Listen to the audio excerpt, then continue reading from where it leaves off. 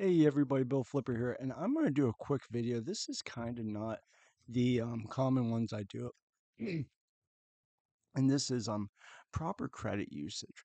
And I use a lot of credit during the month to purchase inventory. And one thing I've used credit cards for probably 5 years now. I've never paid a dime in interest, and I'm going to kind of lay that out. And that is one of the most poisonous things to really a business or really your life in general, even if you're not doing Amazon. And I also wanted to touch on buy now, pay later loans because I was looking at this and it's completely offensive to me. And it's a serious trap people get caught on. So, one of the important things if you're going to use credit cards for businesses, you want to get a business bank account and a business credit card. And the reason that's important is even if you are paying your credit cards off every single month, like you're buying $5,000 worth of inventory and you're paying it off every single month, if you are doing it on personal, it will still pound your score down. And you definitely don't want to do that because, and as crazy as it is,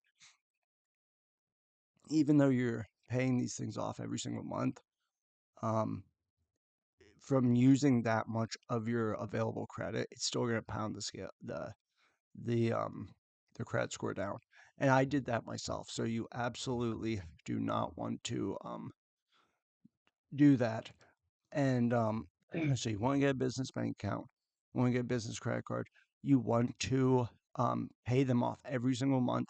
You in if preferable, look for the best point scores. This is really going to help out. It doesn't seem like a lot, 1 or 2%, but when you're spending 100,000 a year on inventory, or even a few $1,000s a year, and I like to use them often for personal purchases. One of the great things about that is to purchase things online, you need a credit card or a debit card. If you use a debit card, you're not getting the rewards. And worse yet, if your card information does get stolen, guess what? They can drain it out of your bank account, and it is a much longer process to get your money back than if you just had a credit card, which you literally call up. You say, "Hey, my card was stolen." The money goes right back into your account same day, and you get a new card.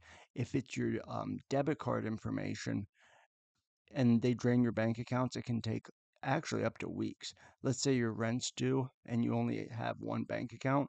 That could be a nightmare. Another thing I like to do is have multiple bank accounts and have like a savings account in one, and you'll want to look for a high yield savings account, which is available now. You can get, I don't know, probably 5.10 because the uh, the Fed rate is like 5.5, so they're going to look for a spread. But even something around 5, even the high fours, that's great. But if you have all your money in one place and it gets drained, it's going to be a nightmare to exist until you get your money back.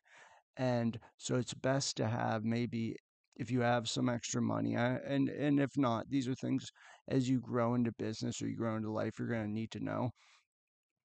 So if it all gets drained or you lose it, you can survive, pay your bills until it gets put back in.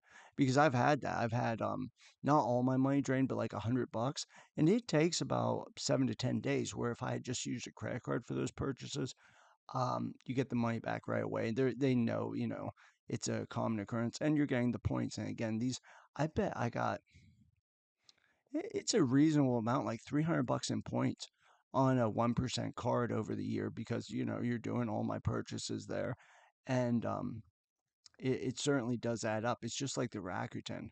So the next thing is I wanted to touch on is another. I find these things again completely offensive, completely wrong, and they are so poisonous to personal finance, and that's the buy now pay later. And so they're available. I was looking on Amazon, and they have the company was a firm. So I was looking at now I wasn't going to purchase this, but I wanted an example. $328 Beats headphones. Now you could purchase them through Amazon in 4 payments. I don't know what the heck happens when you if you don't pay them. So it was 4 payments. It was split up.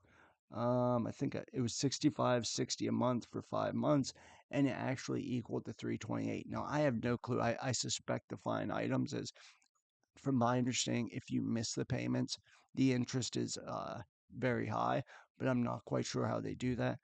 And they do report eventually to your credit. So the thing about buy now, pay later is you get this item that you obviously can't afford, or you would pay for it up front.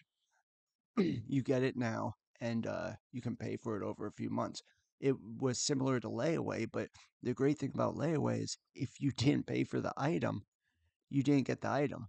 This is layaway, but you get to walk away with the item, and now you have this financial debt. So affirm. This is, and people. I mean, this stock has gone crazy. I think it is a dangerous stock to own because what happens when all these people who can't afford these items stop paying? Now, from my understanding, even worse is they take these loans, they take these accounts. I believe they sell them, so they bundle up and sell them, and you have a pile of loans that people clearly can't afford, they would have bought the item. A good personal finance, from my understanding, rule is if you can't buy the item 5 times, you don't buy it.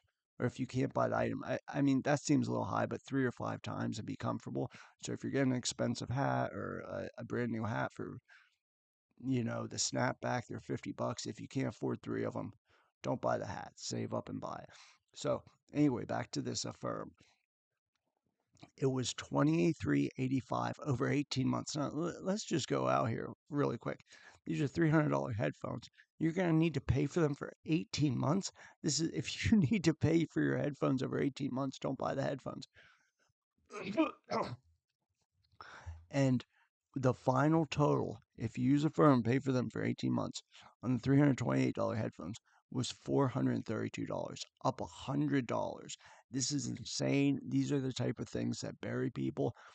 And again, if you were doing those, you would be much better off just doing, paying for them up front, saving up, just accept. Or what about buying a cheaper pair of headphones? They have very high quality ones that are usually off brand. This is another thing. I walk by people and they're using the lotto machines. And I have another problem with PA just putting these machines everywhere, but they're buying lottery tickets. And I always want to say, I never actually have kind of the gall to say it, but hey guys, why don't you buy a high interest savings? Why don't you get a high interest savings account or an index fund? But the it's just crazy. And I really recommend made this video because I made these issues when I was younger, and if you can not make these decisions or stop making these decisions, you especially young, you can really because you think these are small decisions, but these are the decisions that end up delaying your retirement when you're older. These, when you compound these are the decisions that keep you up at night because of financial stress. So if you can stop these decisions now, um, live within your means, and save up and make good decisions, it's really going to help out. And again, this goes to the Amazon business because um, how you run your life is probably how you're going to run your business finances. And I certain business loans at certain percentage make a lot of sense. They don't make a lot of sense now. And Amazon used to have lending. Their rates are high now, but I think as rates come down, they might be better. But depending on how that is, and you can structure that for your business if you think it's makes sense or not. But the thing that will bury it is 30% credit card fees. You definitely can't do that. And if you're in doubt, maybe you have a trusted friend, maybe you have someone who runs a business, take these type of things to them, especially a business loan. I think business loans can make a lot of sense. I think especially if, let's say you need a new forklift for a warehouse, or you have an opportunity to get an awesome wholesale account and you have a bunch of the money, but you're a little bit outside the means. Maybe the minimum order is 15,000, you have 10,000, and maybe it is a surefire thing or as sure as fire as things can get, and you want to borrow the 5,000. That may make total sense, but I never say take money just to take the money. You want to have a set plan and a set plan on how to pay it back. Maybe you need a new vehicle and that would make sense for the business. So that's something to think about. That is kind of my rant for today. I'll have another Amazon video like concentrating just on Amazon. But everybody have an amazing day. 2024 is going to be the best year ever. See ya.